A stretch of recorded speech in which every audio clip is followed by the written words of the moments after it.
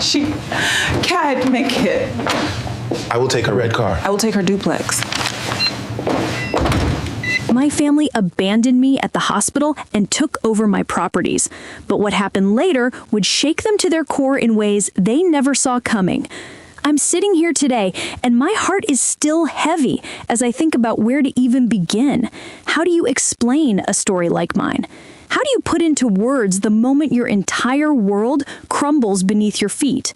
The moment the people you loved most, the people you sacrificed everything for, looked you in the eye and told you that you no longer belonged in your own home. Before I continue with my story, I need you to do something for me. If you're watching right now, please take a moment and subscribe to Pressify Stories. Turn on that notification bell so you never miss another story like this one. Like this video. It means everything to me. And in the comments below, I want you to tell me, what country are you watching from? I love knowing that my story reaches people all across the world, and your comments make this journey feel less lonely. Now, let me tell you about the woman I used to be. I wasn't always this strong. Well, actually, I was always strong, but I didn't know it yet. I was the oldest daughter in my family, and from the moment I could walk, I was carrying. That's what we do in families like mine. The oldest carries, the oldest sacrifices, the oldest makes sure everyone else is okay, even if it means destroying yourself in the process. My father, Tom Reed, was a good man. He worked hard his whole life, but life wasn't always kind to him. He had dreams of building something, creating a legacy for all of us. But circumstances, bad timing, and just the weight of trying to provide for a large family meant that his dreams never fully materialized. Still, he loved us fiercely. I remember watching him count coins on the kitchen table late at night, trying to figure out how to stretch every penny so that my siblings could have what they needed. I was the one who saw him do this. I was the one who sat with him sometimes, quietly, just being present. I learned early on that love meant sacrifice. I learned that being strong meant putting everyone else first. When I turned 18, I made a conscious decision. I was going to work hard, earn money, and take the burden off my father's shoulders. I wanted him to rest. I wanted him to know that at least one of his children had his back. So, I worked multiple jobs. I woke up before dawn and didn't come home until late at night. I was exhausted, bone tired, but every single penny I earned went into a savings account. I called it my family fund. My siblings were younger than me. Lisa was 14 when I started working like this. Ben was 12. Paul was only 8. They had their whole lives ahead of them, and I was determined that they would have opportunities that my father never had. I paid for their school supplies. When the school fees came due, I paid them. When they needed new uniforms, I was the one who bought them. My father would protest sometimes, would tell me I was doing too much, but I could see the relief in his eyes. I could see the weight lifting just a little bit. Years passed this way. I never went to university, even though I was smart enough. I took a job at a corporate office instead, working my way up from an entry-level position.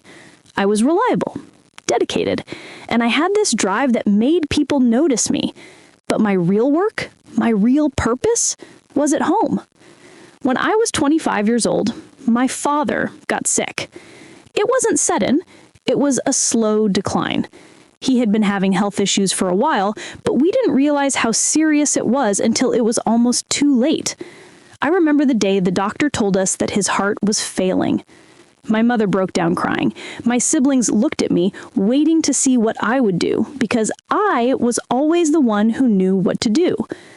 I paid for his medical bills, every single one. I took time off work to sit with him in the hospital. I held his hand and told him that everything was going to be okay, even though, deep down, I knew it wouldn't be. I watched the man who taught me what strength meant slip away from me, and there was nothing I could do to stop it. He passed away when I was 26 years old.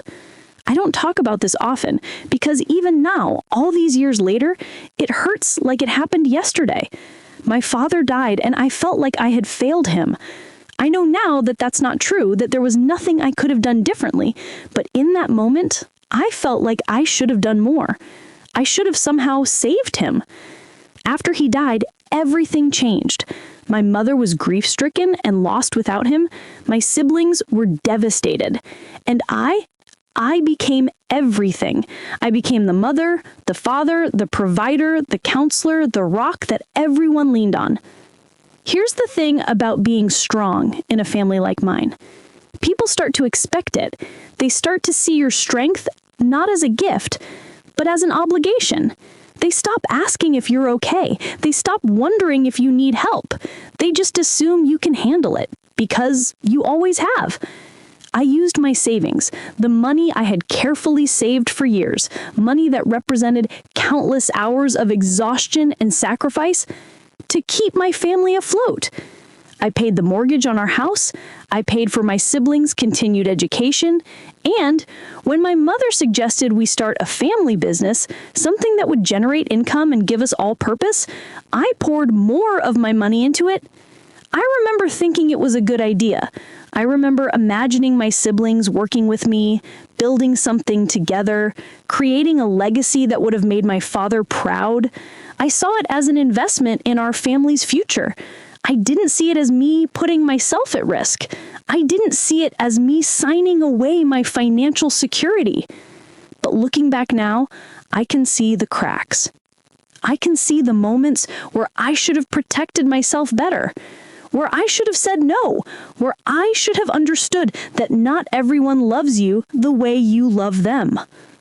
By the time I was 30 years old, I had given everything. My youth, my health, my money, my dreams, all of it went into my family. And I did it willingly. I did it with love. I did it believing that this was what family meant. I believed that if I kept giving and kept sacrificing, eventually everyone would see how much I had done and they would appreciate me. They would love me. They would recognize my contribution.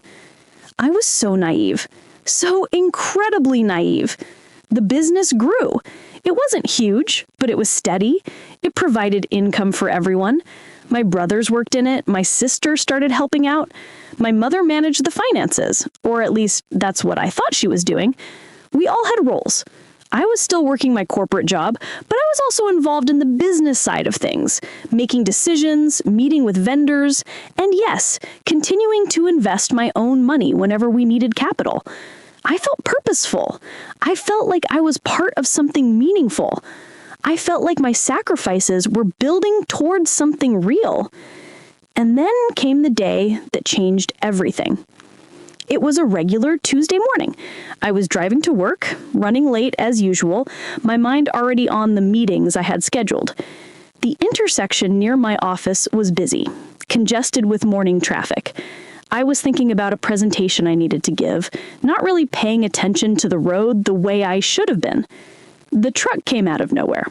Or maybe it didn't come out of nowhere. Maybe the driver was distracted too.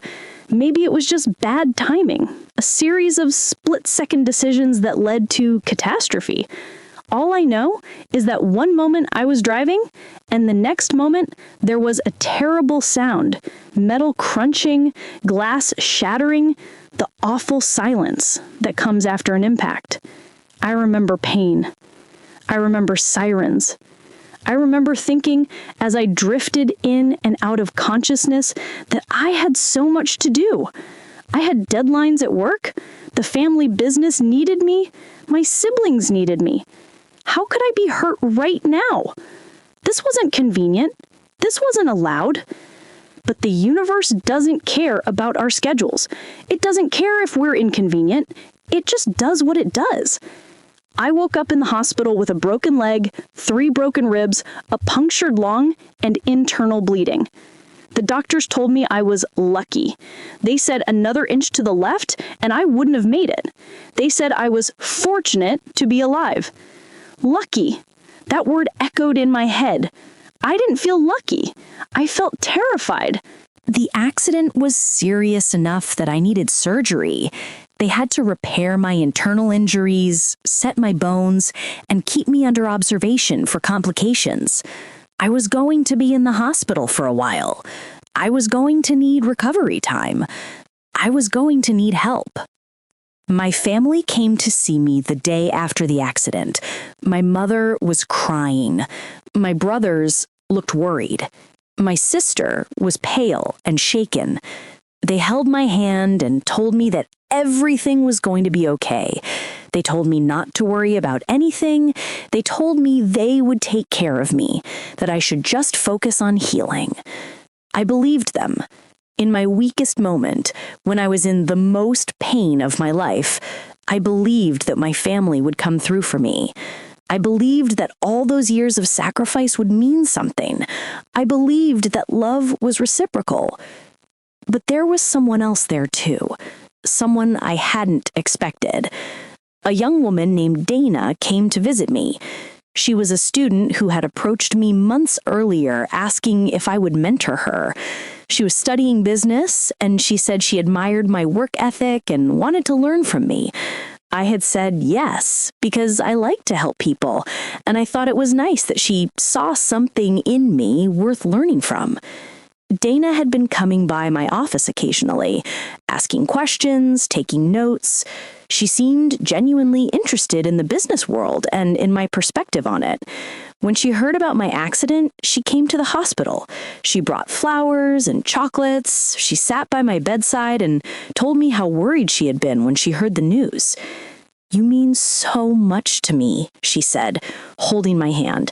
"I couldn't stand the thought of something happening to you." I was touched.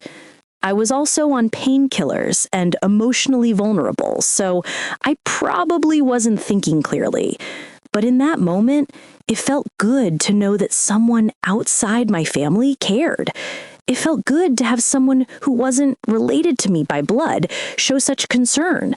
I told her she was sweet, and I asked her if she would come back and visit me again. She said she would come every day if she could. And she did. Dana became a fixture in my hospital room.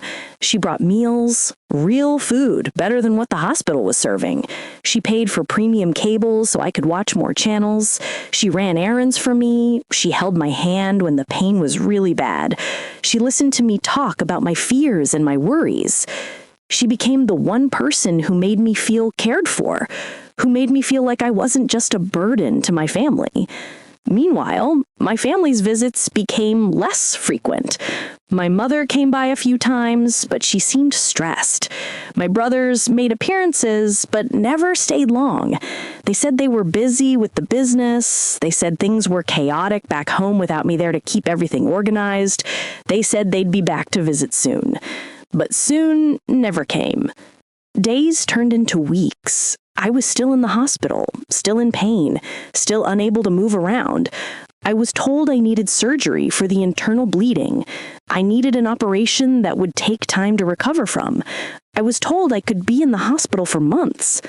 My family came to me about 2 weeks into my stay. My mother looked uncomfortable. My brothers looked like they had something to tell me. I remember the feeling in my stomach, that sick, sinking feeling you get when you know something bad is about to happen. "I know I need surgery," I said before they could tell me. "I'm scared too, but I'm strong. I'll get through it. Don't worry about me." My mother and brothers exchanged a look. That look that said they were discussing something without saying it out loud. "We need to talk about something," my mother said finally. "We're going to have to move forward with some things while you're here recovering." I remember asking what things. I remember thinking maybe she was talking about the business, about decisions that needed to be made in my absence. "We're going to need to handle some financial matters," she said, "and we're going to need to come to an agreement about the house and the business." I was confused. Why were we talking about agreements now? Why couldn't this wait until I was out of the hospital and could participate in these decisions properly? We think it would be better if we transferred some of your assets to family members, my mother continued, just to make things easier in case anything happens to you during surgery. We want to make sure the family is protected. My stomach tightened. Something about this didn't feel right. Something about this felt like a trap, but I couldn't figure out why. I was on medication for pain. I wasn't thinking clearly. And my mother was my mother. Why would she be trying to trap me? Why would she be trying to take advantage of me? I don't know, I said weakly. Can we talk about this after surgery, after I'm feeling better? We really think it would be best if we did it now, my brother said. One of them was Ben, my brother who I had helped pay for school, the one I had bought school uniforms for, the one who was supposed to be grateful to me. I was in pain. I was scared about my upcoming surgery. I was on medication that made me foggy, and my family was pressing me about transferring my assets. I said no. I said, let's wait until I'm better. I said I wasn't going to make any big decisions right now. They didn't push too hard. They backed off. They kissed my forehead and told me they loved me and that they'd be back after my surgery to see how I was doing. We'll be back next month, my mother said, after you've recovered and the doctors clear you to go home. We'll bring you home and we can all sit down and talk about the future of the family. We'll make the right decisions together. For now, just focus on healing. You need your strength. I believed her. I actually believed her. 3 days later, I had my surgery. I remember the anesthesiologist asking me to count backwards from 10. I remember the ceiling above me swirling. I remember thinking that when I woke up, the pain might be better. I remember hoping I would dream about my father because sometimes when I was most vulnerable, he came to me in dreams and told me everything would be okay. I woke up in recovery, groggy and in pain, but alive. The surgery had gone well. There were no complications. I was going to make it. The doctors said I'd need to stay in the hospital for a few more weeks, but after that, with physical therapy and rest, I should be able to recover fully. I waited for my family to come and celebrate with me. I waited for them to tell me they were proud of me, that they were relieved I had made it through. Days passed. No one came. I called my mother's phone. It rang, and she didn't answer. I called my brother's. No answer. I called the house. No one picked up. Finally, on the third day after my surgery, my mother called me back. "Hi, baby," she said, and there was something in her voice that made my blood run cold. "How are you feeling?" "I'm okay. I'm in pain, but I'm recovering. The doctors say I'll make a full recovery." "That's wonderful, honey. That's wonderful." There was a pause. A long pause. "Mom, when are you coming to pick me up? The doctors say I can go home in a few weeks, but I'll need help during my recovery. I won't be able to walk for a while." "Oh, honey," my mother said, and her voice sounded strange. "About that, we're going to need to talk about your living situation." Ice formed in my stomach. What do you mean? I asked, already knowing I wasn't going to like the answer. "Things have changed," she said. "While you've been in the hospital, we've had to make some decisions. There's been some restructuring with the business. And your brothers, they've been reviewing all the documents and the property records, and we think it's best if you stay somewhere else when you get out of the hospital. Just for a while, until things settle down." Stay somewhere else? I could barely get the words out. "Mom, where am I supposed to go? This is my house. I paid for it. I paid the mortgage for the last 5 years." "I know, baby, I know," she said, and she sounded sad, but also like she wasn't going to change her mind. "But things are complicated right now. Your brothers are saying that there might be some legal issues with the property, and it's best if you're not living there while we sort it out." "What kind of legal issues? Mom, I'm not understanding what's happening." "Just rest and recover," she said. "We'll figure it all out when you're better. For now, focus on your health. We have to go. We'll call you soon." And she hung up.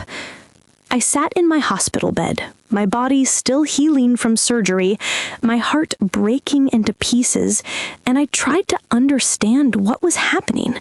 What legal issues? Why were my brothers suddenly so involved in my property? Why did my mother sound like she was trying to get me off the phone? I called the hospital social worker and asked her to help me. I explained my situation, that I was recovering from surgery and had no one to help me, that my family was acting strange about my living situation. The social worker was kind and sympathetic, but she didn't have many solutions. She said she would document my situation and see if there were any resources available to help me when I was discharged. "Do you have any friends you could stay with?" she asked gently. Friends. I realized in that moment that I didn't really have friends. I had acquaintances. I had work colleagues. But I didn't have close friends who I could call and ask to take me in during a recovery period. Why? Because I had spent the last 15 years focused on my family. I had poured everything into them. I had made sacrifices that cost me other relationships, other opportunities, other parts of my life. I had nothing. I had no one. Over the next week, I made phone calls. I called my mother, repeatedly. Each time, she was distant and evasive. She didn't want to talk about specifics. She just kept saying that we'd sort it out when I got out of the hospital.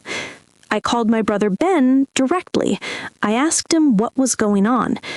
"Look, Tina," he said, using my name in a way that felt cold, "there are some things you need to understand about the property and the business. Mom's consulting with lawyers. It's complicated. We'll explain everything when you're out of the hospital." "Ben, I'm confused. I don't understand why this is suddenly complicated. I own the house. I own the business. What's happened?" "That's not necessarily true. There are some questions about ownership. There are documents that need to be reviewed. That's all I'm saying right now." He hung up. The days in the hospital started to feel like a prison. I was trapped in my bed, healing from surgery, while my family was clearly making moves without me. I tried to access my bank accounts online using the hospital computer, and I couldn't. My account was frozen. There was a message saying that my accounts had been flagged for suspicious activity and would need verification. I called the bank. After being transferred multiple times and answering security questions, I finally got through to someone who could help me. "Miss Tina, your account has been locked at the request of another account holder. It appears that there's been a recent change to your account permissions, and your mother, who is a signatory on your account, requested that the account be frozen pending investigation into unauthorized transfers." "I don't understand," I said. "My mother didn't authorize any transfers." "What transfers?" "I can see here that there have been several large transfers made to other accounts in the last week, transfers that total approximately $70,000. $70,000. That was money from the family business account, an account that my mother had access to, an account that she supposedly managed on behalf of the family. My hands were shaking. "I didn't authorize those transfers. I don't know anything about those transfers. My mother made those transfers, not me. I've been in the hospital." "I understand," the representative said, and they actually did sound sympathetic. "But since your mother is a signatory on the account and is claiming that the transfers were unauthorized, the bank has had to freeze both accounts pending investigation. This is for your protection." "For my protection?" I felt like I was going crazy. "How is this for my protection? This is my money. I earned this money. I need this money for my recovery." "I understand your frustration, Miss Tina. There's nothing I can do from my end. You'll need to contact our dispute resolution department. They can help you sort this out. I spent hours on the phone that day, being transferred between departments, explaining my situation over and over again. I was exhausted and in pain, and no one seemed to have answers for me. The bottom line was that my accounts were frozen, and it could take weeks to sort out. I didn't have access to my money. I didn't have a home to go to. I didn't have my family. But I did have Dana. Dana came to see me that evening. She looked horrified when she saw the state I was in. I had been crying, and I was visibly upset. "Tina, what happened?" she asked, rushing to my bedside. "Are you in pain? Do you need to call the nurse?"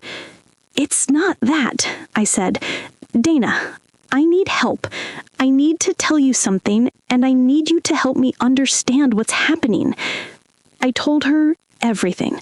I told her about the surgery, about my family saying I couldn't come home, about the frozen bank accounts, about the mysterious legal issues with my property.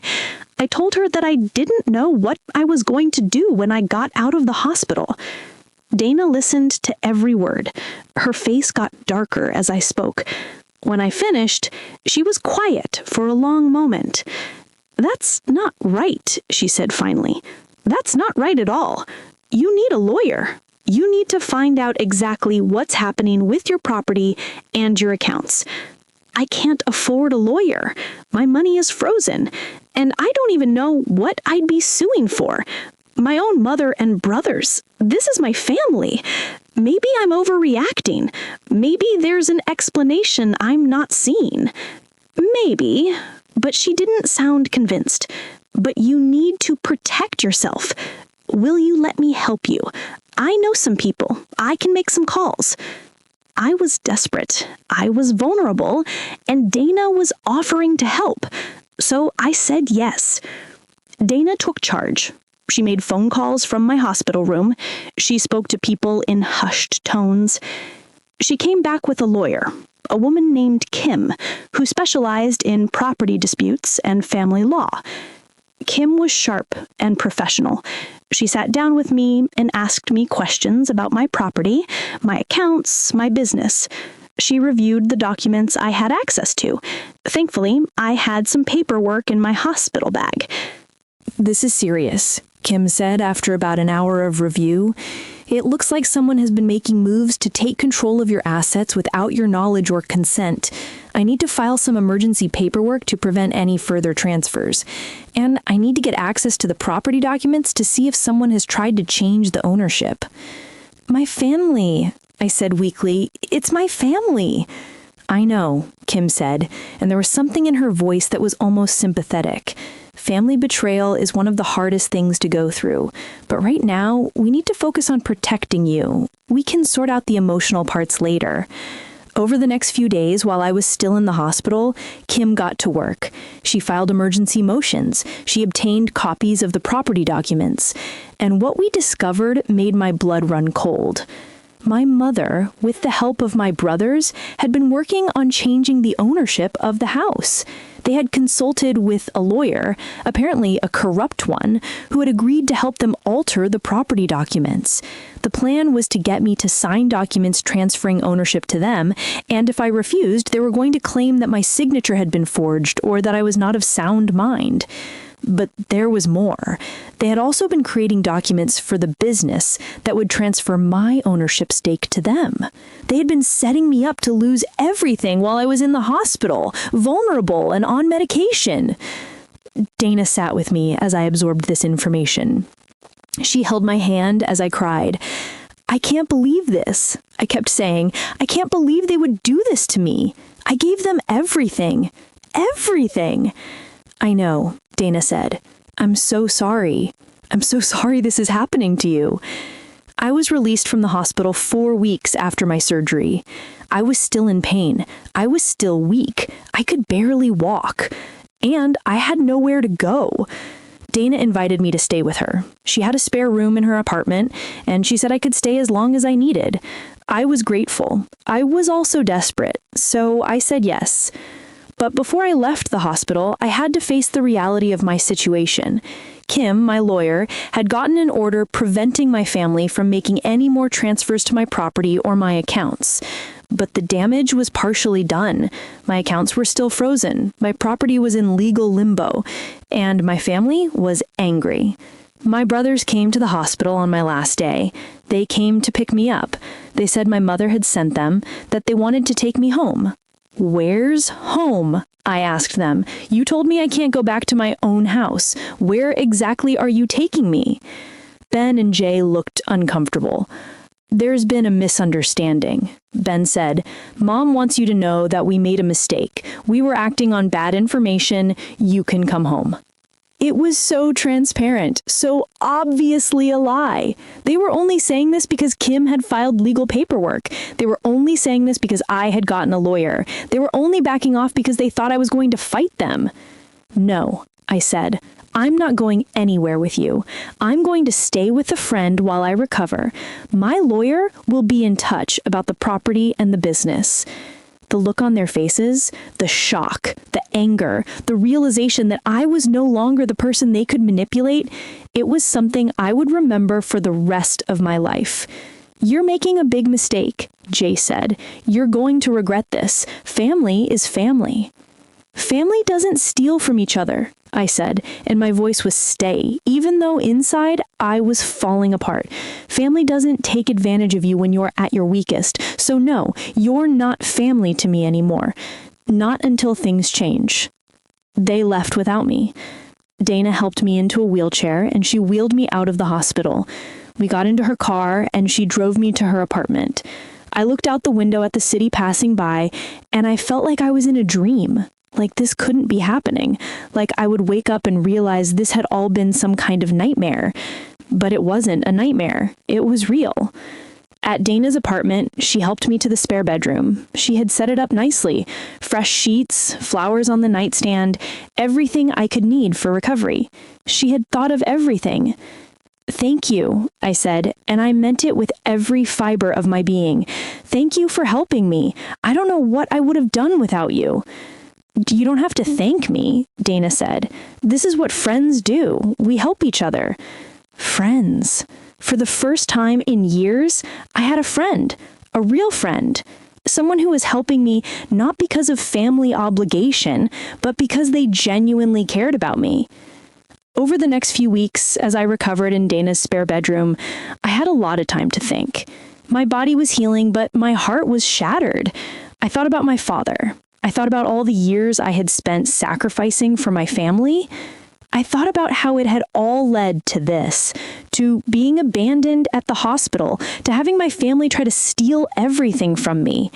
I thought about the word that kept echoing in my head, betrayal. My family hadn't just wronged me, they had betrayed me in the deepest way possible.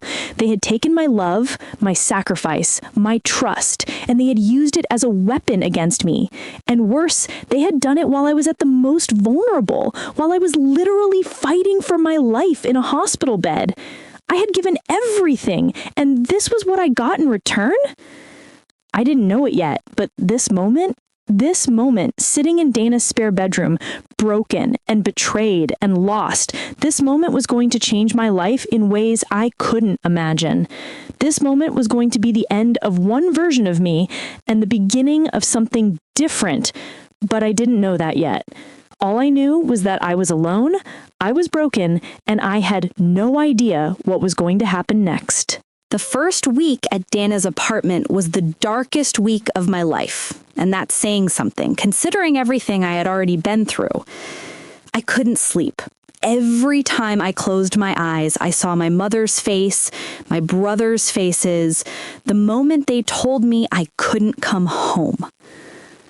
I would wake up in the middle of the night, my heart racing, covered in sweat, thinking about everything I had lost. The pain in my body was nothing compared to the pain in my heart. Dana took care of me. She helped me with my physical therapy exercises. She made sure I took my medication. She brought me food even though I had no appetite. She sat with me during the long, quiet hours when I couldn't do anything but think and remember and grieve. On the 6th day of my recovery at her apartment, there was a knock on the door. Dana went to answer it, and I heard her speaking with someone in hushed tones.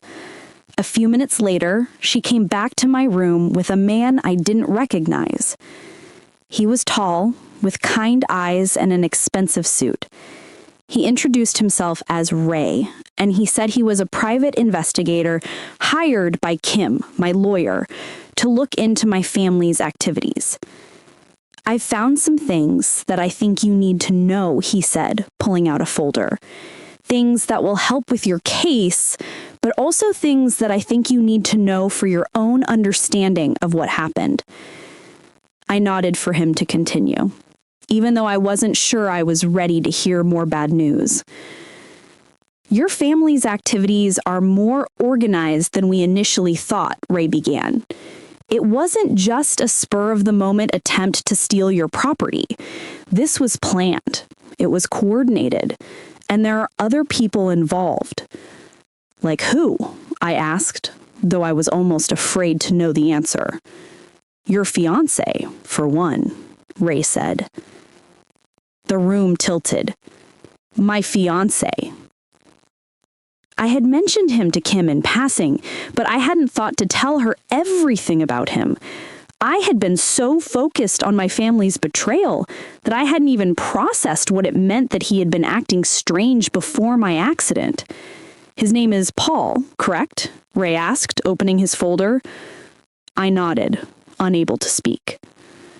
"Paul Lee has been in contact with your brothers for the past 8 months. He's been providing them with information about your finances, your assets, your business operations. In some cases, he's been actively encouraging your family to make certain moves." "No," I said. "No, that's not possible. Paul loves me. He was planning to propose. He had already talked to my father before he passed away about asking for my hand. This doesn't make sense." "I'm afraid it does," Ray said, and he pulled out documents and photographs. "Paul has been receiving payments from your family, monthly payments that have added up to nearly $40,000 over the past 8 months. In exchange, he's been their inside person in your life. He knew about your finances because you trusted him. He knew about your business because you talked to him about it. He knew about your property because you showed him everything, planning a future together." I couldn't breathe. It felt like all the oxygen had been sucked out of the room. Paul. My Paul. The man I had been planning to marry. The man I had let into the most intimate parts of my life. The man I had trusted completely. He had been working with my family the entire time.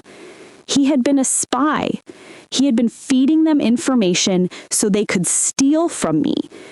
He had been taking money from them for his betrayal. I started crying. Not the kind of crying where tears fall gracefully down your cheeks.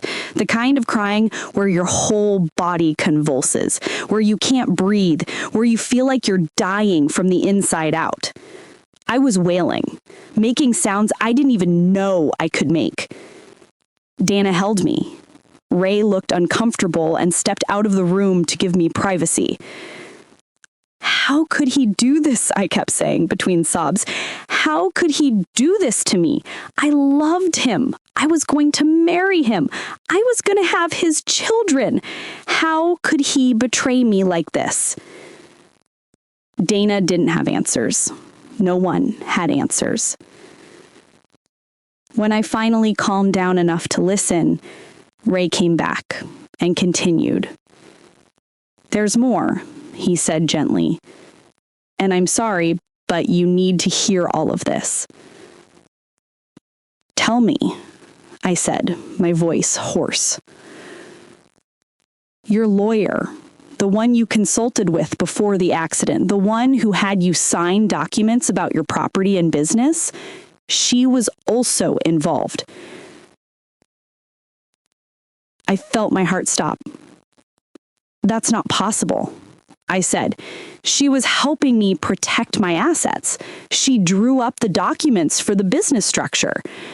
Yes, and in those documents, she included certain clauses that your family's lawyer was able to use to argue that they had ownership stakes in the business. She made what could be called strategic mistakes that actually benefited your family's case, and she was paid to do it. My lawyer? The woman I trusted to protect me? She had been part of the conspiracy? She had been helping my family all along, disguising her involvement as legitimate legal advice? I thought I might throw up. I don't understand. Why? Why would all these people work together to take everything from me? What did I do? What did I do to deserve this? You didn't do anything, Ray said. You were just in the way.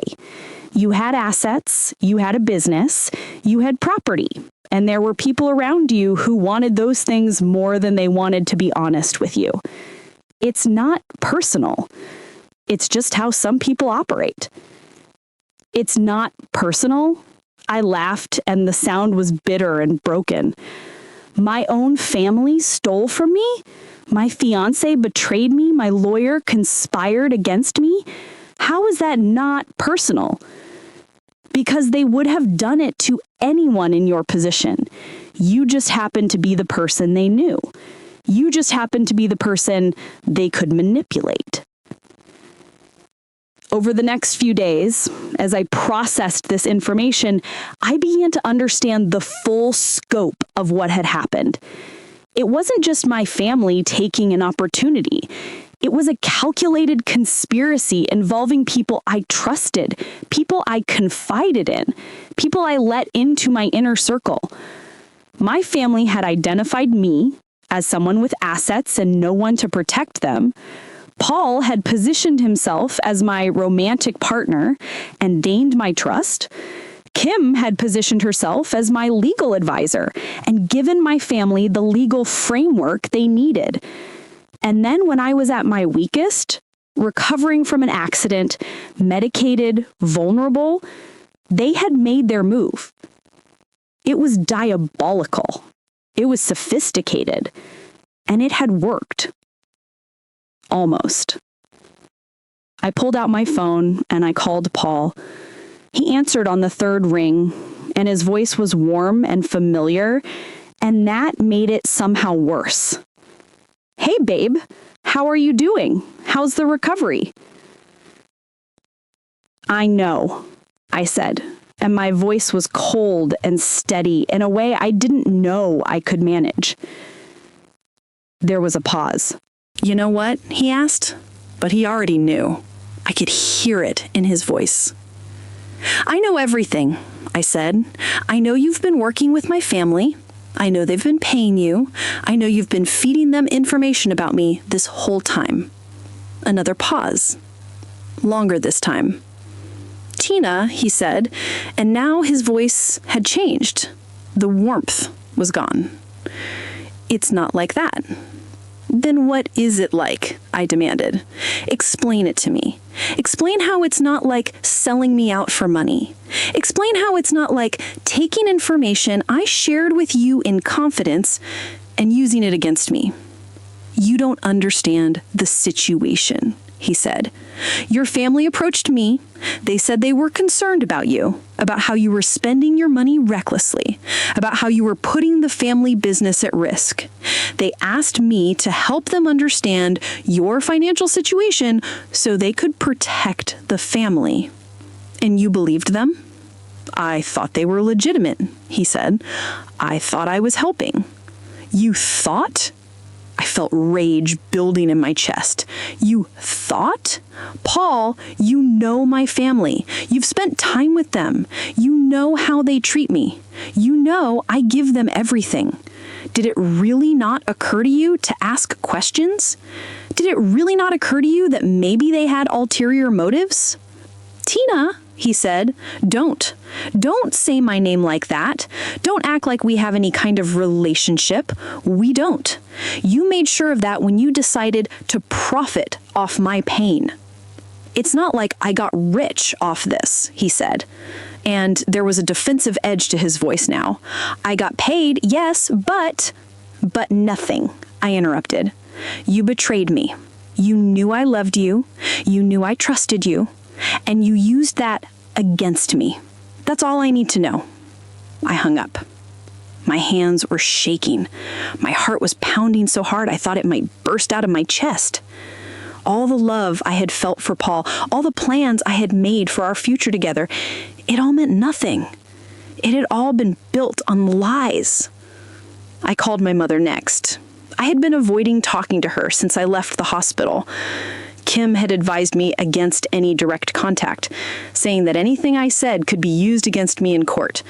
But I needed to hear her voice. I needed to ask her why. She answered on the second ring as if she had been expecting my call. "Tina," she said, and she sounded sad. "Baby, I'm so glad you called. I've been so worried about you." Don't call me baby. Don't pretend like you care about me. I know everything. I know about Paul. I know about the lawyer. I know about everything you were planning to do. "Tina, honey, you don't understand."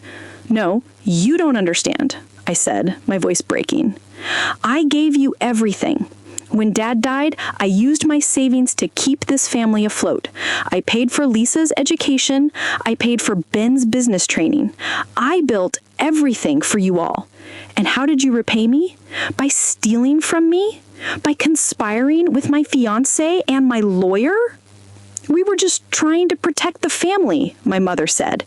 "We were trying to make sure the business was secure. We didn't want you to lose everything because of bad decisions." Bad decisions? What bad decisions? I've never made a bad financial decision in my life. I've been responsible with every penny I ever earned. I used my money to help all of you. "I know, baby, and we're grateful, but you were too generous. You were giving too much away. We were worried about your future." "So your solution was to take everything from me?" I was crying now, tears streaming down my face. "Your solution was to lock me out of my own house? To freeze my accounts? To try to steal my business?" "It wasn't supposed to happen this way," my mother said, and she sounded like she was crying too. "We just wanted to make sure we had security. We didn't want to hurt you." "Well, you did hurt me," I said. "You hurt me worse than I've ever been hurt in my entire life. I trusted you. I loved you, and you betrayed me." I hung up without waiting for a response. I felt hollow, empty, like everything inside me had been scooped out and replaced with nothing but pain and anger and betrayal. Dana found me sitting on the edge of the bed, staring at nothing. "What happened?" she asked. I called them. I called Paul and my mother. I confronted them. And you know what? It didn't make me feel any better. It didn't change anything. It didn't undo what they did. It just made it more real.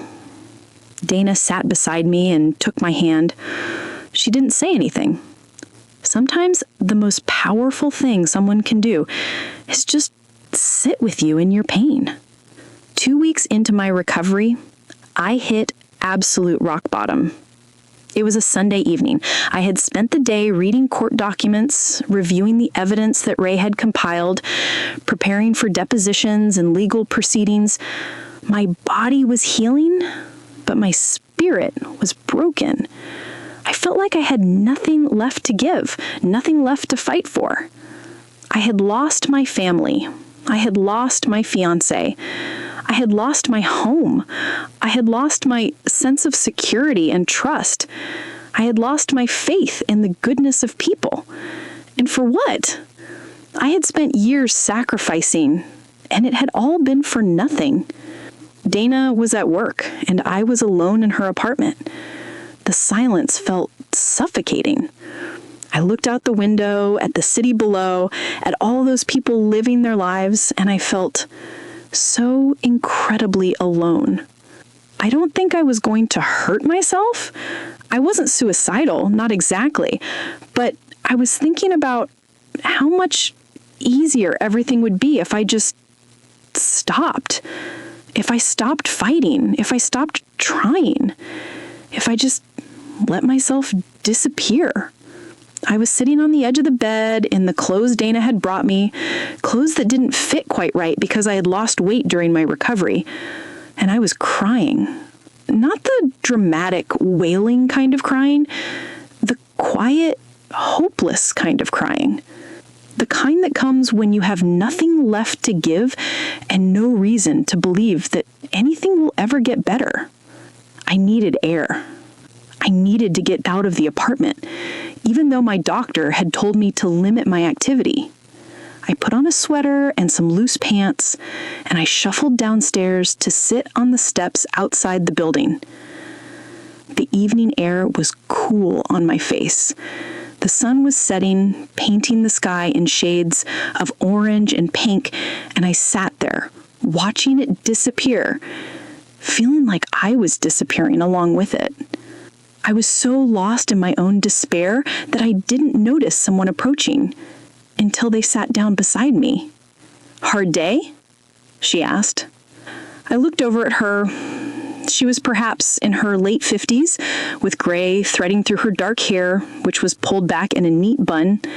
She had kind eyes and wore a simple dress, nothing fancy or ostentatious. There was something about her that made me feel safe, even in my broken state. "Hard life," I said, not bothering to lie or pretend. She smiled, but it was a sad smile, like she understood what I meant. "I'm Rose," she said, extending her hand. "Tina," I said, shaking it. Her grip was firm and warm. "You're staying with Dana," Rose said. It wasn't a question. "How did you—" "Dana is my daughter," Rose said. She mentioned she had someone staying with her, someone going through a difficult time. I recognized the pain in your face immediately. I've been there. "You don't know anything about my situation," I said, and there was a hint of defensiveness in my voice. "No, I don't," Rose agreed, "but I know pain. I know betrayal. I know what it feels like to give everything to people and have them throw it back in your face." Something in me wanted to believe her. Something in me wanted to tell her everything, and so I did. I sat on those steps in the fading evening light, and I told a complete stranger about my family, about my fiancé, about my lawyer, about the accident, about losing everything. I told her things I hadn't even told Dana, because Dana had been so supportive and kind that I didn't want to burden her with all of my darkness. Rose listened. She didn't interrupt. She didn't offer platitudes or false comfort. She just listened. When I finished, she was quiet for a long moment. "Do you know what you are?" she asked, finally. "A fool?" I said bitterly. "Someone who deserves what happened to her?" "No," Rose said firmly. "You're a survivor. You're someone who has been through hell and is still sitting here, still breathing, still fighting. That's not foolish. That's extraordinary." "I don't feel extraordinary," I said. "I feel broken." "Broken things can be fixed, but they have to break first. Do you understand? Sometimes the only way to become stronger is to be broken down completely. And then you have to rebuild yourself from scratch." "I don't know how to do that," I said. "I don't even know who I am anymore." "Then maybe that's where you start," Rose said. "You figure out who you are when you strip away all the obligations and expectations and sacrifices. You figure out who Tina is when she's not being someone's daughter or sister or fiancé or employee. Who is she? What does she want? What does she deserve?" "I don't know," I said, and I felt tears starting again. "That's okay," Rose said. You don't have to know right now, but you're going to find out. And when you do, you're going to be unstoppable. Rose sat with me until the sun had completely set and the sky was dark. Then she stood up and told me she had to go, but she left me with her phone number and told me to call her whenever I needed to talk. Why? I asked her. Why would you help me? You don't know me. Because someone helped me, Rose said, when I was broken and lost and didn't know how to go on. Someone sat with me and believed in me when I didn't believe in myself. I've spent the rest of my life trying to pay that forward. After she left, I sat there for a while longer, thinking about what she had said, about being broken and needing to rebuild, about figuring out who I was without all the external labels and obligations and sacrifices. It was terrifying. It was also somehow the first glimmer of hope I had felt since the accident. Over the next few weeks, Rose became a fixture in my life. She would come by Dana's apartment a few times a week. She would sit with me while I did my physical therapy. She would listen while I talked about my fears and my pain and my anger. And gradually, slowly, she started to shift my perspective. Your family took things from you, Rose said during one of our conversations. Your property, your money, your sense of security. But they couldn't take the one thing that matters most. What's that? I asked. Your mind, she said. Your ability to think, to learn, to grow, to strategize. They couldn't take that. You still have that. She started giving me books to read, books about business, about finance, about psychology and human behavior. She encouraged me to start thinking about my situation differently, not as a victim, but as a problem to solve. These people who betrayed you, she said during one of our conversations, they did it because they saw an opportunity. They saw someone with resources and no one protecting those resources. They exploited that. The question is, what are you going to do with this knowledge? What do you mean? I asked. I mean, you now know how people think. You now know how betrayal works. You now know the vulnerabilities that can be exploited. What if you used that knowledge to make sure it never happened to you again? What if you used it to build something that couldn't be taken from you? I don't know how to do that, I said. Then you're going to learn, and I'm going to help you. She introduced me to people, a financial advisor who helped me understand how to protect my assets, a business consultant who helped me think about how to build something real, something that couldn't be stolen or manipulated, a therapist who helped me process the trauma of what had happened and start to heal from it. But more than anything, Rose helped me start to believe in myself again. You gave everything to your family, Rose said.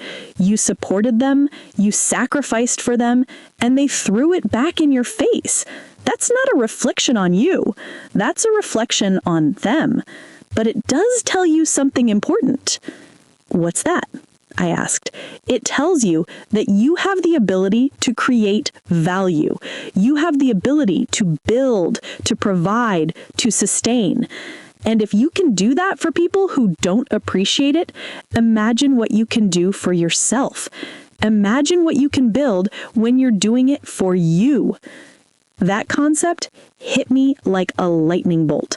All these years, I had been pouring my energy into people who were taking me for granted. What if I poured that same energy into myself? What would I be capable of? 3 months after my accident, I was able to walk without assistance. My physical injuries were healing, and more importantly, my mental and emotional state was beginning to shift. I started going back to work. My company had been supportive during my recovery, and they welcomed me back with open arms. I threw myself into my job with renewed intensity. I started asking for promotions. I started taking on more responsibility. I started learning everything I could about how business really worked, about how money flowed, about how power was structured and maintained. Rose watched my transformation with something like pride. "You're beginning to understand," she said. "You're starting to see yourself differently. That's the first step." "Toward what?" I asked. "Toward reclaiming your life. Toward becoming someone who can't be hurt the way you were hurt. Toward building something that belongs only to you." One evening, about 6 months into my recovery, Rose told me something that changed everything. "I need to tell you something about myself," she said, "about why I understand your situation so intimately." I waited for her to continue. "I went through something similar," Rose said. "Not exactly the same, but similar enough that I recognized the pain in you immediately. I was betrayed by family. I was betrayed by people I loved. I lost everything." "What happened?" I asked. "I was married to a man who seemed kind and caring," Rose said.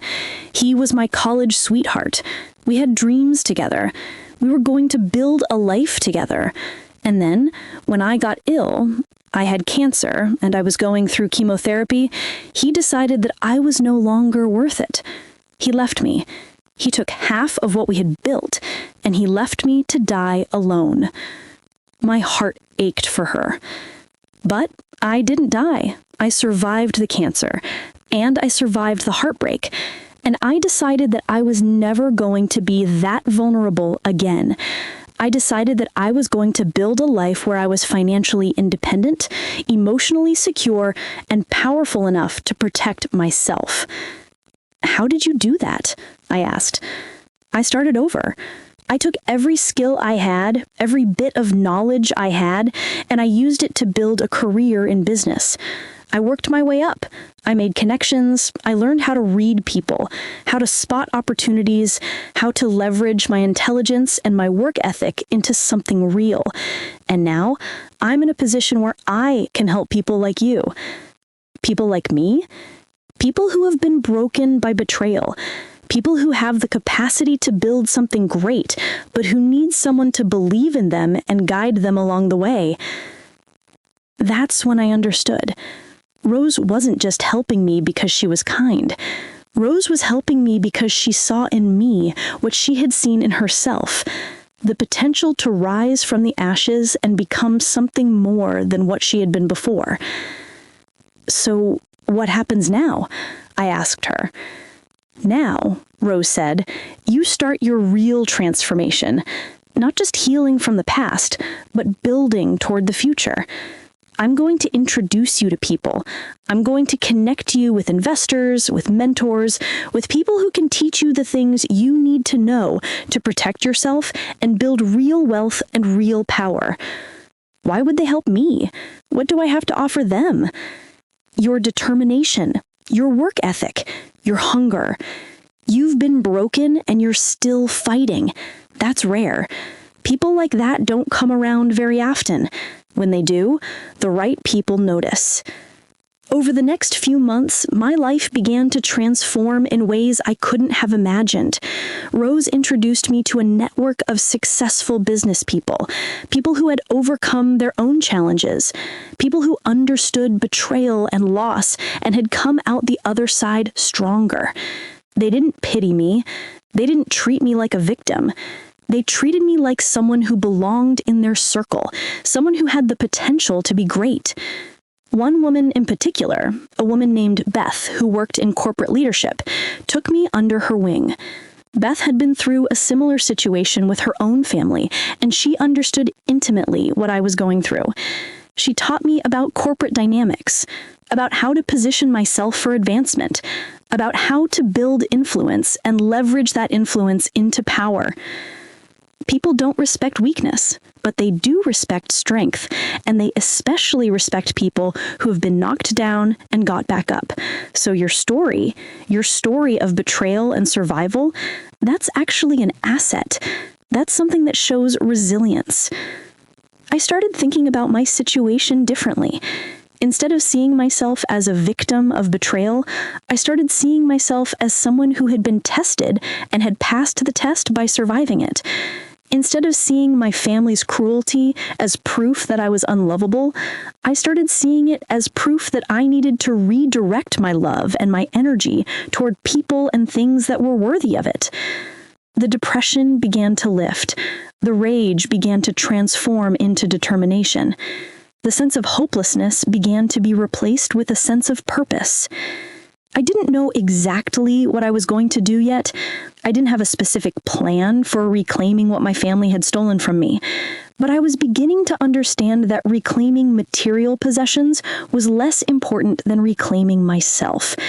If I could rebuild my sense of self, my confidence, my power, then reclaiming the property and the money would be a natural consequence of that. One evening, about 9 months after the accident, I was sitting in Rose's office. She had invited me to meet with her and one of her business associates, a man named Lee, who worked in corporate strategy and acquisitions. I wanted to introduce you to Lee because I think you're ready for the next phase of your transformation. Lee shook my hand and looked at me with an expression that seemed to assess my character and capacity all at once. I've had some time to think about your situation, about your family, about your journey, about your potential. I have to say, I'm impressed by your resilience. Thank you, I said, uncertain where this was going. I have a proposition for you, Lee said. There's an opening at a company I work with, a mid-level management position that could very quickly become something more for the right person. The right person being someone smart, determined, and hungry to build something real. Someone like you. What would the job involve? I asked. Initially, operations management. But if you prove yourself, and Rose assures me that you will, there would be opportunities to move into higher-level strategy, and eventually into executive positions. It's not starting from the bottom, but you'd have to be willing to work hard and prove yourself. I looked at Rose. She nodded slightly as if to say, "This is the opportunity I've been preparing you for." "When would I start?" I asked. 2 weeks, Lee said. "Is that enough time?" I thought about everything I had been through. I thought about sitting outside the hospital, broken and hopeless. I thought about the moment Rose sat down beside me and asked if I was having a hard day. I thought about the journey I had been on for the past 9 months, the slow, painful process of rebuilding myself. "It's more than enough time," I said. "I'm ready." As I left Rose's office that day, I felt something I hadn't felt in a long time. I felt hope. Not the fragile, easily broken kind of hope, but the deep, resilient kind of hope that comes from knowing you've survived something terrible and that you're going to survive this too. I didn't know yet how everything was going to unfold. I didn't know that the seeds being planted right now would grow into something that would eventually bring my entire family to their knees, not through violence or cruelty, but through the simple and inexorable logic of consequence and accountability. I didn't know that within 2 years, I would be in a position of power that would allow me to see everything my family was doing, every move they were making, every transaction they were conducting. I didn't know that I would have access to information and influence that would allow me to take back what was mine. But I could feel it coming. I could feel the power building inside me. I could feel myself becoming someone different than I had been. Someone stronger, someone smarter, someone who would never again be vulnerable to the kind of betrayal I had experienced. The old Tina was gone. She had been left at the hospital waiting for her family to come back and pick her up. She had been left on those steps outside Dana's apartment, broken and lost and unable to see a future. But a new Tina was rising. A Tina who was going to rebuild not just her own life, but her entire world. A Tina who was going to understand power and leverage and strategy. A Tina who was going to look her family in the eye one day and show them that what they had meant for evil, what they had meant to destroy her with, would ultimately be the thing that made her unstoppable.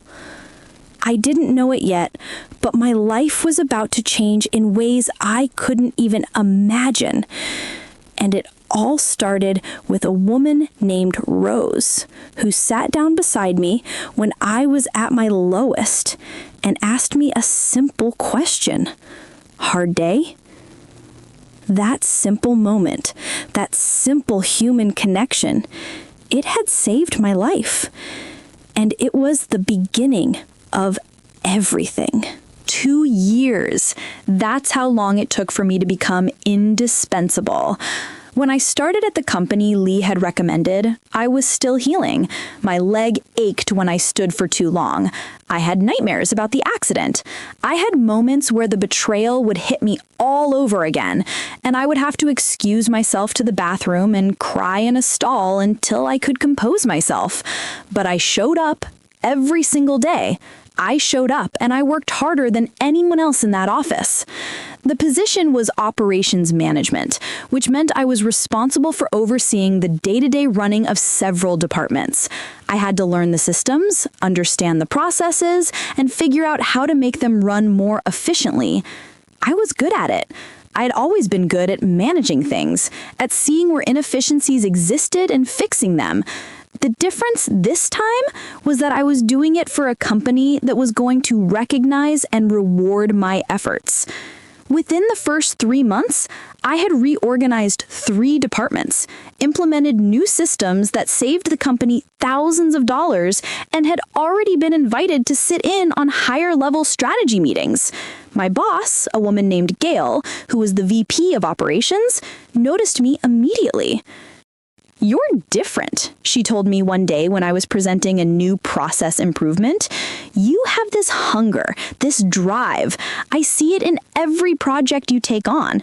Where does it come from?" I considered lying. I considered giving her some sanitized version of my story, but something about Gail made me think she could handle the truth. I've learned what happens when you're not paying attention to what's happening around you.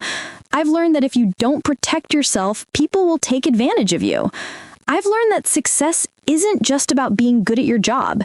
It's about understanding the bigger picture, about knowing what's really going on behind the scenes. Gail studied me for a long moment.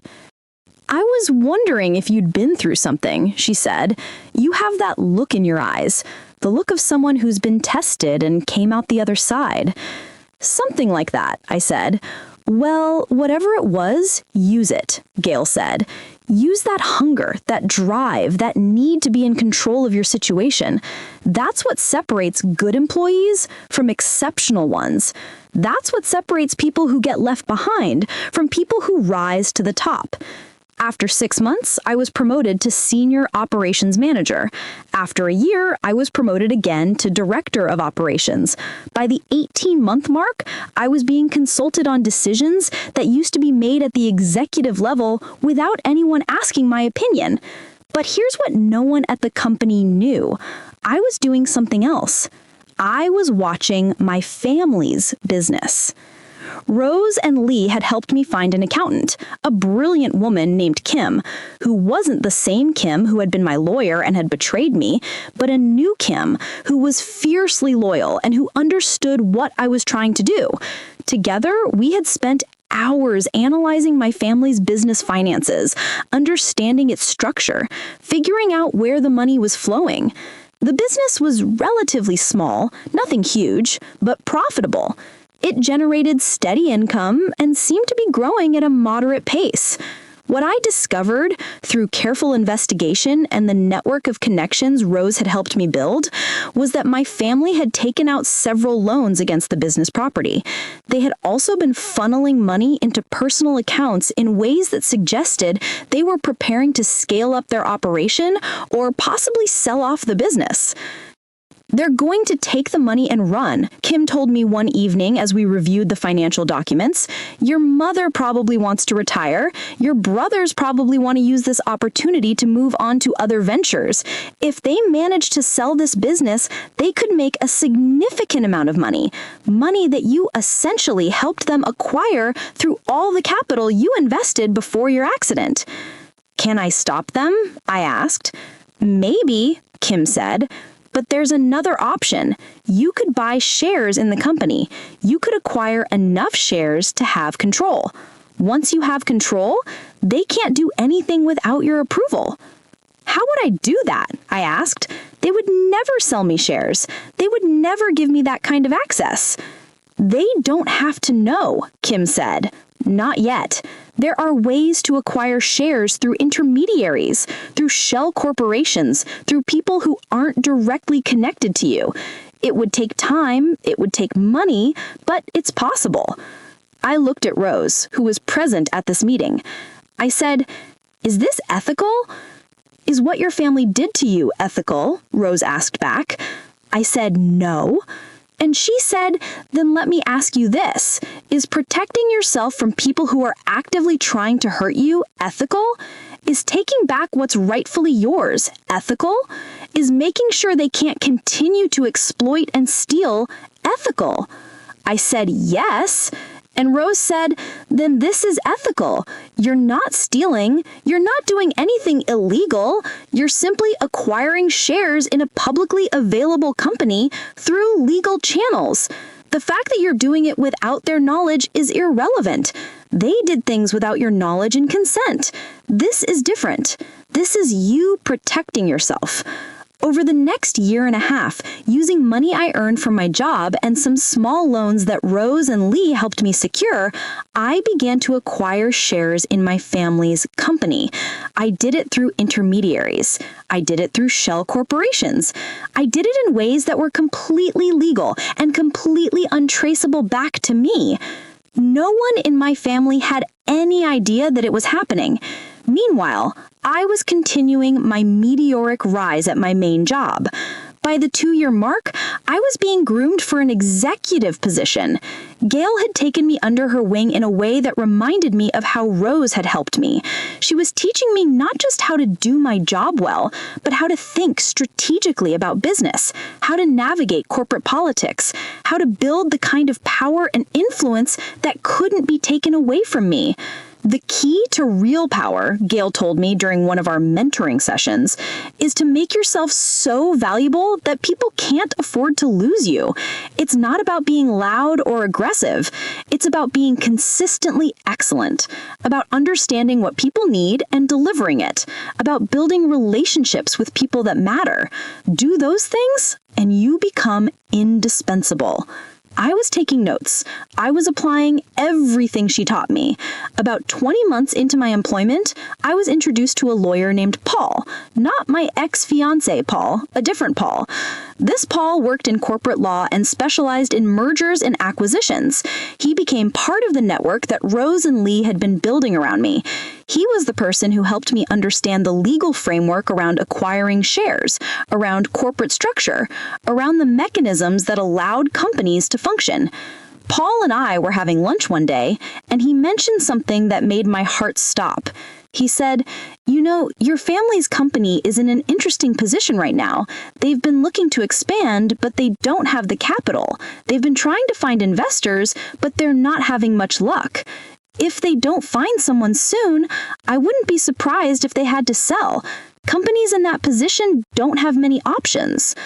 What would happen if they did sell? I asked, trying to sound casual, even though my mind was racing. Well, if they sold to the right buyer, they could make good money, Paul said. But here's the interesting thing. If someone already owned a significant stake in the company, that person could potentially block the sale or negotiate terms that would be favorable to them. If someone owned, say, 51% of the company, they could essentially do whatever they wanted with it. I took a sip of my water, trying to keep my expression neutral. That's very interesting, I said. Why? Paul asked. Are you thinking about investing in a company? Maybe, I said. Maybe I'm thinking about taking back what's mine. Paul smiled. I had a feeling that was where this was going. Rose mentioned something about that. If that's what you want to do, I can help. I can make sure everything is done properly, legally, and in a way that protects you. By the time I had accumulated 51% of my family's company, I didn't feel like the broken woman who had been left at the hospital anymore. I felt powerful. I felt in control. I felt like I was finally in a position to protect myself and to take back what had been stolen from me. But I wasn't ready to make my move yet. Not until I had one more piece of the puzzle. I needed proof. I needed evidence of what my family had done. I needed documentation of the conspiracy, the fraud, the deliberate theft. Kim and Paul and Rose had helped me gather some of it. The altered property documents, the records of payments to Paul from my family, evidence of my lawyer's involvement. But I needed more. I needed something that would hold up in court, something that would make it impossible for my family to deny what they had done. That's when I got a break.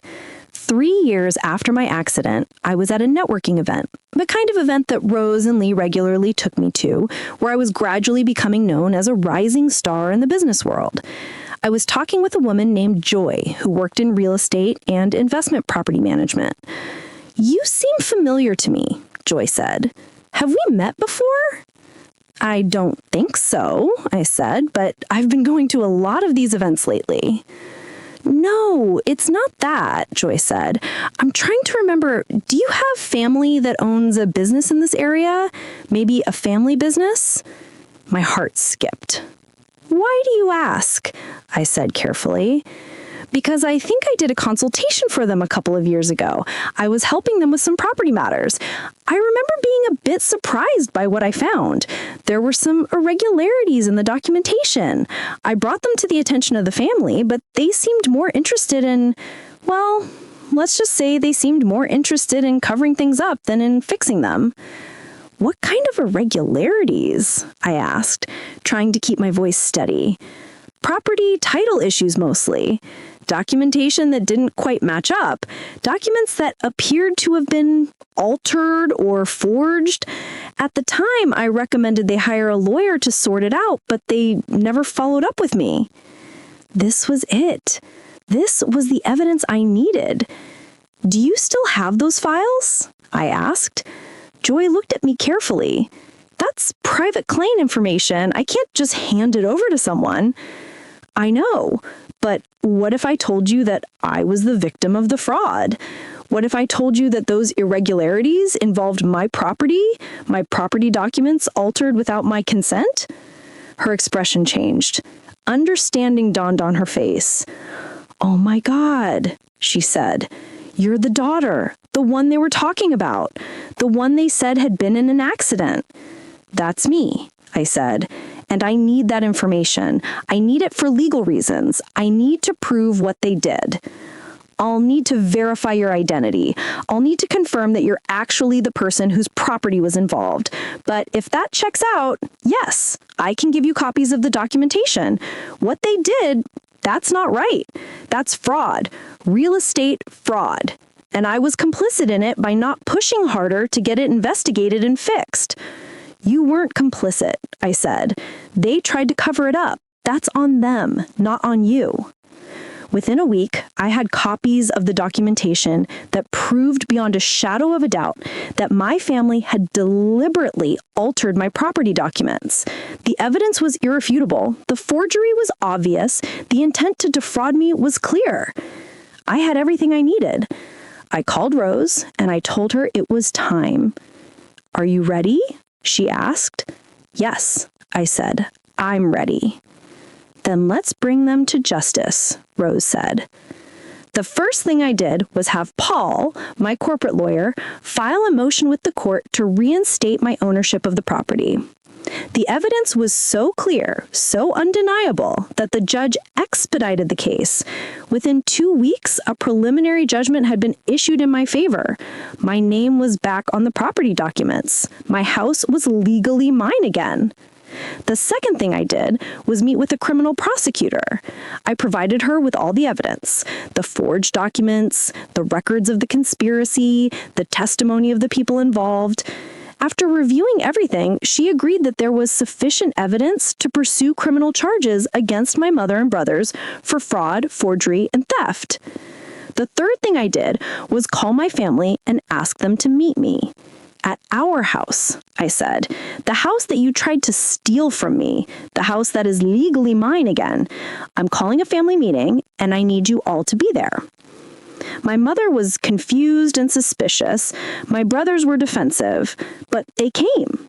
They came to the house that had been my home, the house that I had paid for with my own money, the house that they had tried to take from me.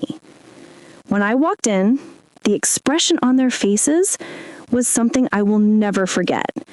They didn't recognize me at first. The woman standing before them was not the broken, desperate woman who had been left at the hospital. This was a woman who had been forged in the fires of betrayal and had come out the other side harder, stronger, more formidable than she had ever been before. "Hello, family," I said, and my voice was calm and steady. "Thank you for coming. I know you're confused about why I called this meeting. I know you probably thought I was going to beg you to take me back, to welcome me back into the fold, to forgive you. But that's not why I called you here." I walked over to the table and I placed a folder in front of each of them.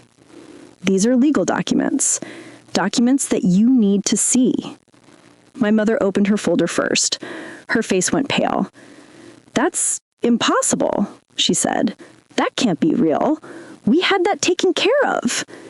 "You had it covered up, but you didn't have it resolved, and now the truth has come to light." "What is this?" Ben demanded, his voice rising. "What are you doing?" "I'm showing you the consequences of your actions," I said calmly. "The property documents, the forged ones, I've already had them corrected. The court has issued a judgment in my favor. The house is mine. My property is mine. Everything you stole from me has been restored to me." "You can't do this," my mother said, her voice shaking.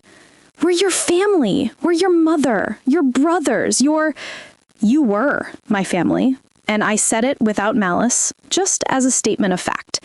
You were my family, and you betrayed me. You abandoned me at the hospital. You stole from me. You conspired with people I loved to take advantage of me. That ended the moment you made those choices. You ended it." "So what?" Jay asked. "You're going to take the house? Are you happy now?" "The house was never really about the house," I said. "It was about respect. It was about reciprocity. It was about the fact that I gave you everything and you repaid that by trying to destroy me. But I'm not here to destroy you. I'm not here for revenge." "Then why are we here?" my mother asked. "I want you to understand something," I said.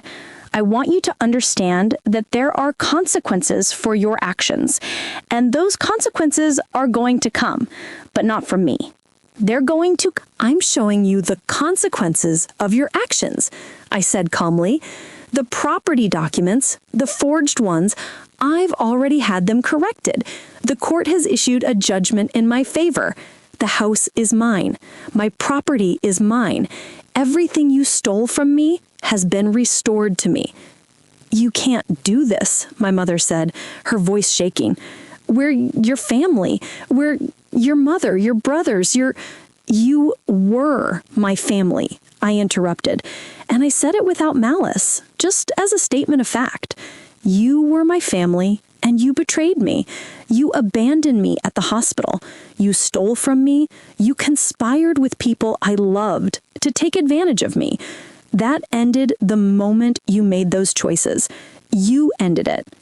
So what? Jay asked. You're gonna take the house? Are you happy now? The house was never really about the house. It was about respect. It was about reciprocity. It was about the fact that I gave you everything and you repaid that by trying to destroy me. But I'm not here to destroy you. I'm not here for revenge. Then why are we here? My mother asked. Because I want you to understand something. I want you to understand that there are consequences for your actions, and those consequences are going to come, but not from me. They're going to come from the law. I pulled out another set of documents. I have filed criminal charges against you, I said, looking at each of their faces in turn. Against you, Mother, and against you, Ben, and against you, Jay, charges of fraud, forgery, and conspiracy to commit theft. The prosecutor has reviewed the evidence, and she agrees that there is sufficient cause to pursue the case. The room went silent. I could see the reality of what I was saying beginning to sink in. There's more, I continued. I also own 51% of the family business. I've been acquiring shares for the past year and a half, and I now have controlling interest in the company, which means that I can, if I choose, take the business from you. I can liquidate it. I can sell it. I can do whatever I want with it. You bitch, Ben said, standing up from the table. You conniving little... Sit down, I said. And my voice was so cold, so commanding, that he actually sat. You don't get to call me names. You don't get to be angry. You lost the right to your emotions when you chose to betray me. What do you want? My mother asked. She looked like she had aged 10 years in the last few minutes. What do I want? I repeated. I want acknowledgement. I want each of you to say, right now, exactly what you did and why you did it. I want you to look me in the eye and admit to the conspiracy, the theft, the deliberate fraud. No, my mother said, I'm not saying that. I'm not admitting to anything that a lawyer tells me not to admit to. That's your choice, and it's why the criminal charges will go forward. It's why you're going to have to appear in court.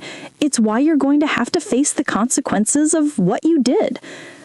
What about the business? Jay asked. What are you going to do with the business? I had thought about this extensively. I had discussed it with Rose and with Paul and with my therapist, and I had made a decision. I'm going to give it to you, I said. They looked shocked. All three of you. I'm going to transfer my ownership stake to you. I'm going to sign over the controlling interest. The business will be yours. Why would you do that? My mother asked, suspicious. Because I don't want the business. I don't want anything from you. I never wanted anything from you except love and respect and honesty. I wanted a family that valued me. I wanted people who appreciated the sacrifices I made. Since you can't give me that, I'm giving you this. I'm giving you the business, and I'm taking myself out of your lives completely.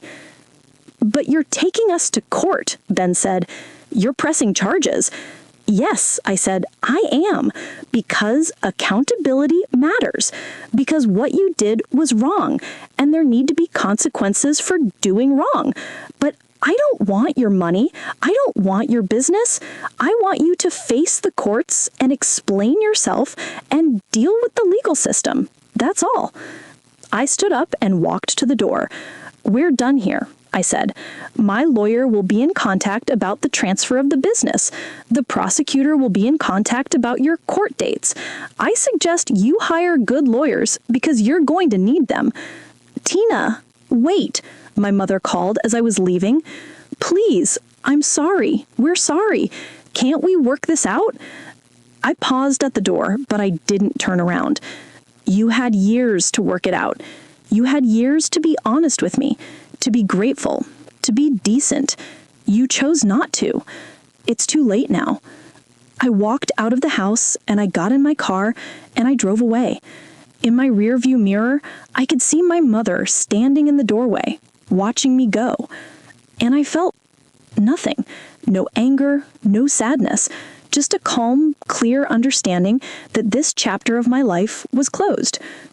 Over the next few months, things unfolded exactly as I had predicted.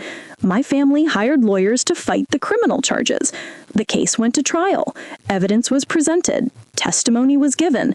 And in the end, my mother was convicted of fraud and forgery. My brothers were convicted of conspiracy to commit theft. They were sentenced to probation and ordered to pay restitution. It wasn't prison. It wasn't the kind of dramatic, devastating punishment that might satisfy someone seeking revenge. But it was justice. It was accountability. It was the legal system saying that what they did was wrong and that there were consequences for doing it. But the media picked up the story. Local family fraud case becomes national news, the headlines read. Woman betrayed by family turns tables and pursues justice. For a few weeks, I was famous. People recognized me on the street. News outlets wanted to interview me. Everyone had an opinion about what I had done. But I didn't want to be famous. I didn't want to be known as the woman who took down her own family, so I declined the interviews and I tried to move on with my life. Except my life had changed in ways that went beyond just getting justice. While all of this was happening, I had been continuing my rise at my corporate job. I had been promoted to vice president of operations. I had been invited to sit on the board of directors. I had been given stock options that were worth substantial amounts of money. I had built a career that was separate from my family, separate from my past, entirely my own. And more importantly, I had built a network. I had built relationships with people like Gail and Rose and Lee and Beth and Paul and Joy. I had built a community of people who believed in me, who had invested in me, who wanted to see me succeed. These were people who had chosen to be in my life. These were people who valued me for who I was, not for what I could do for them. These were people who loved me without expecting anything in return. One evening, about 6 months after the court case concluded, I was at an event with Rose. We were at a fundraiser for a women's business organization, and I was being recognized for my contributions to the field and for overcoming significant personal challenges to achieve professional success. "Look at you," Rose said, squeezing my hand. "Look at what you've become." Look at what we've become, I corrected her. None of this would have been possible without you, without your belief in me, without your guidance, without you sitting down beside me on those steps and asking me if I was having a hard day. I did what anyone would have done, Rose said. No, I said. You did what only you could have done. You saw something in me that I couldn't see in myself. You saw potential where I saw only failure. You saw a future where I saw only darkness. You saved my life. Rose smiled, and I could see tears in her eyes. I didn't save your life, she said. I just helped you remember that you had the power to save it yourself. Later that evening, I was asked to say a few words at the podium. I looked out at all the faces in the room. Business leaders, entrepreneurs, people who had overcome their own challenges and were working to help others do the same. And I thought about the journey that had brought me here. I want to tell you something, I said. I want to tell you that life is not fair. I want to tell you that people will betray you. I want to tell you that you will be hurt and broken, and at times you will wonder if it's worth getting back up. And I want to tell you that even knowing all of that, getting back up is the only option that makes sense. I paused, looking at each section of the room. I was left at a hospital by my family. People who I had sacrificed everything for. People who I had put before myself my entire adult life. They stole from me. They lied to me. They conspired against me. And when I was at my lowest point, when I didn't know how I was going to survive, the stranger named Rose sat down beside me and reminded me that I was stronger than I knew. I looked directly at Rose, and she was crying now. I'm not telling you this story to make you feel sad, I said. I'm telling you this story because I want you to understand something critical. Your pain is not your identity. Your betrayal is not your destiny.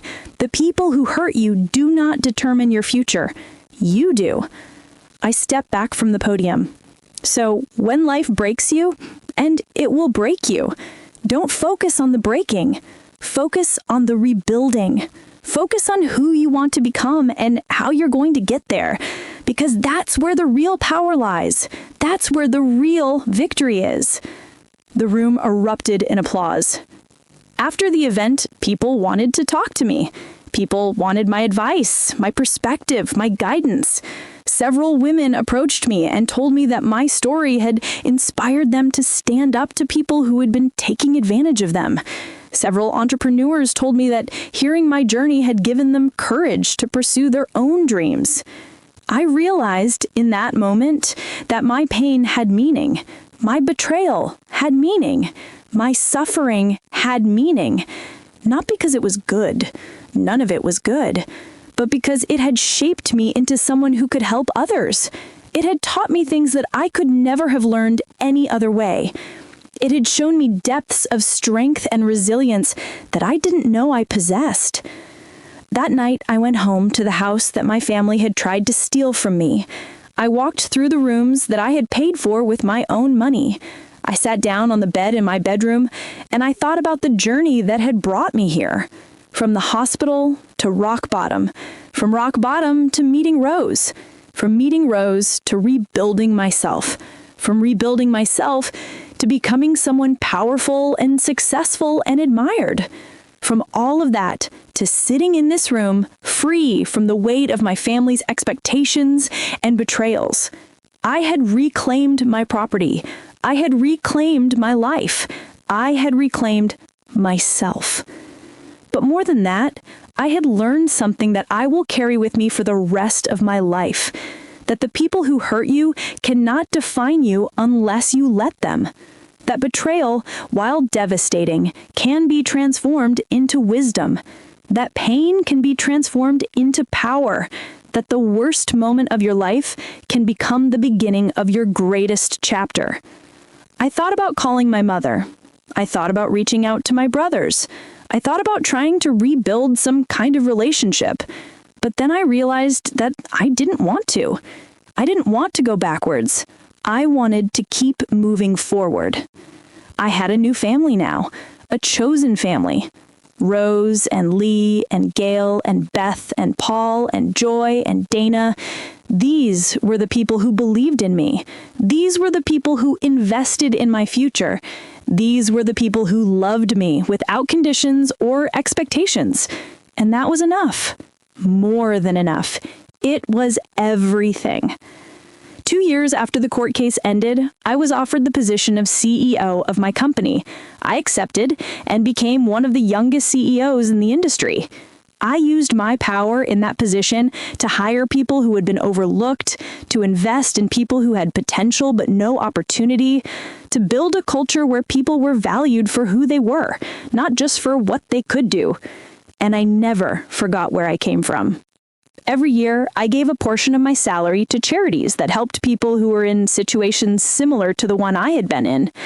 I mentored young women who were trying to build careers in corporate environments. I was a friend to people who were broken and lost. Because I understood now that life isn't just about winning. It's not just about defeating your enemies or taking back what's yours. Life is about finding meaning in your pain and using that meaning to help others. It's about building the world you wish had existed when you were at your lowest point. It's about becoming the person you needed when you were broken. Looking back now, years later, I don't regret any of it. Not the accident, not the betrayal, not the rock bottom moment, not the struggle to rebuild. Because all of it, every painful moment of it, led me here. Led me to a life that is truly mine. Led me to people who truly love me. Led me to becoming someone I never could have been if I hadn't been broken first.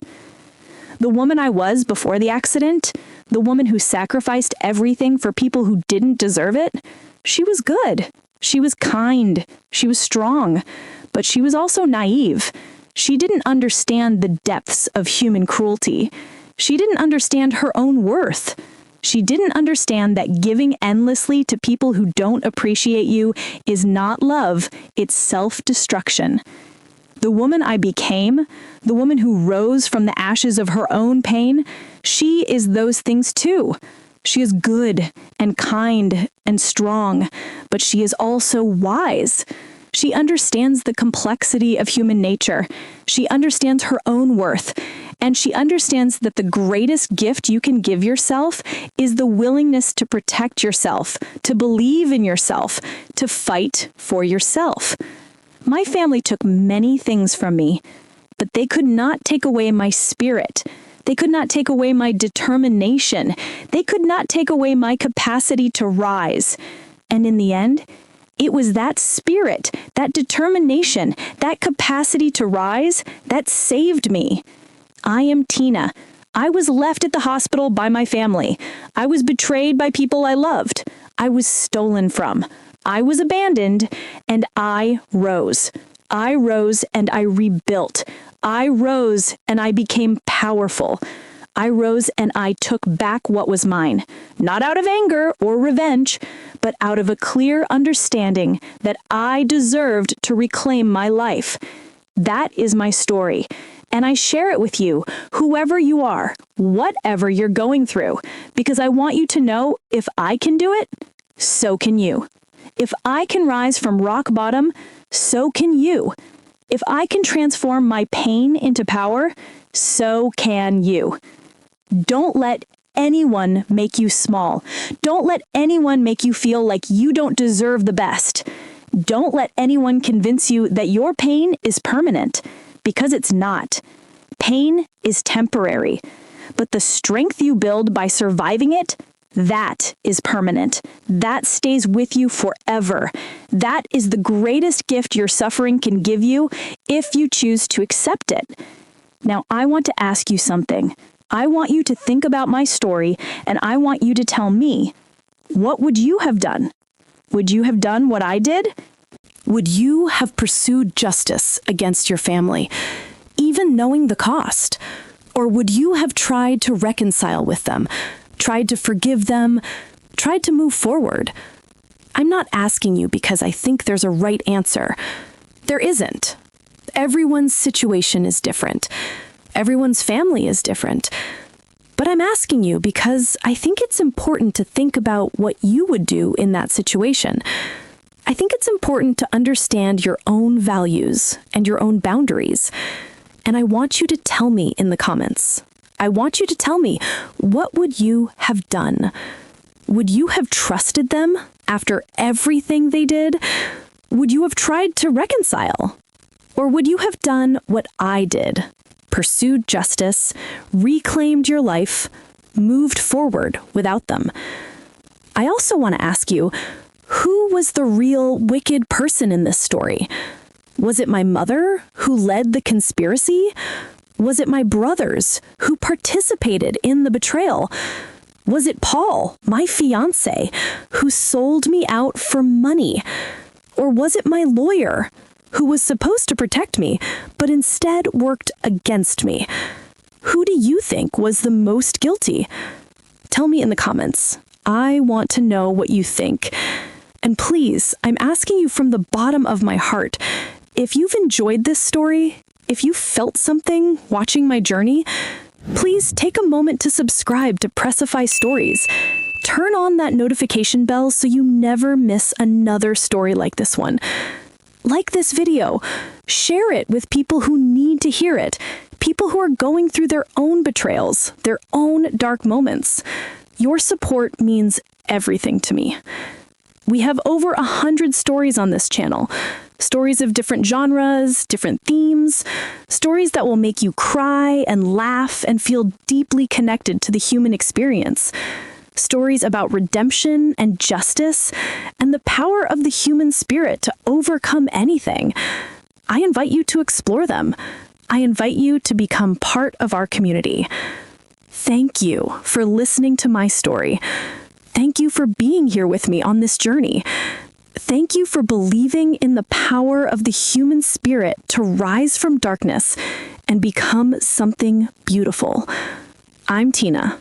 This is my story, and I hope it inspires you to become unstoppable too. We'll see you in the next video. Bye!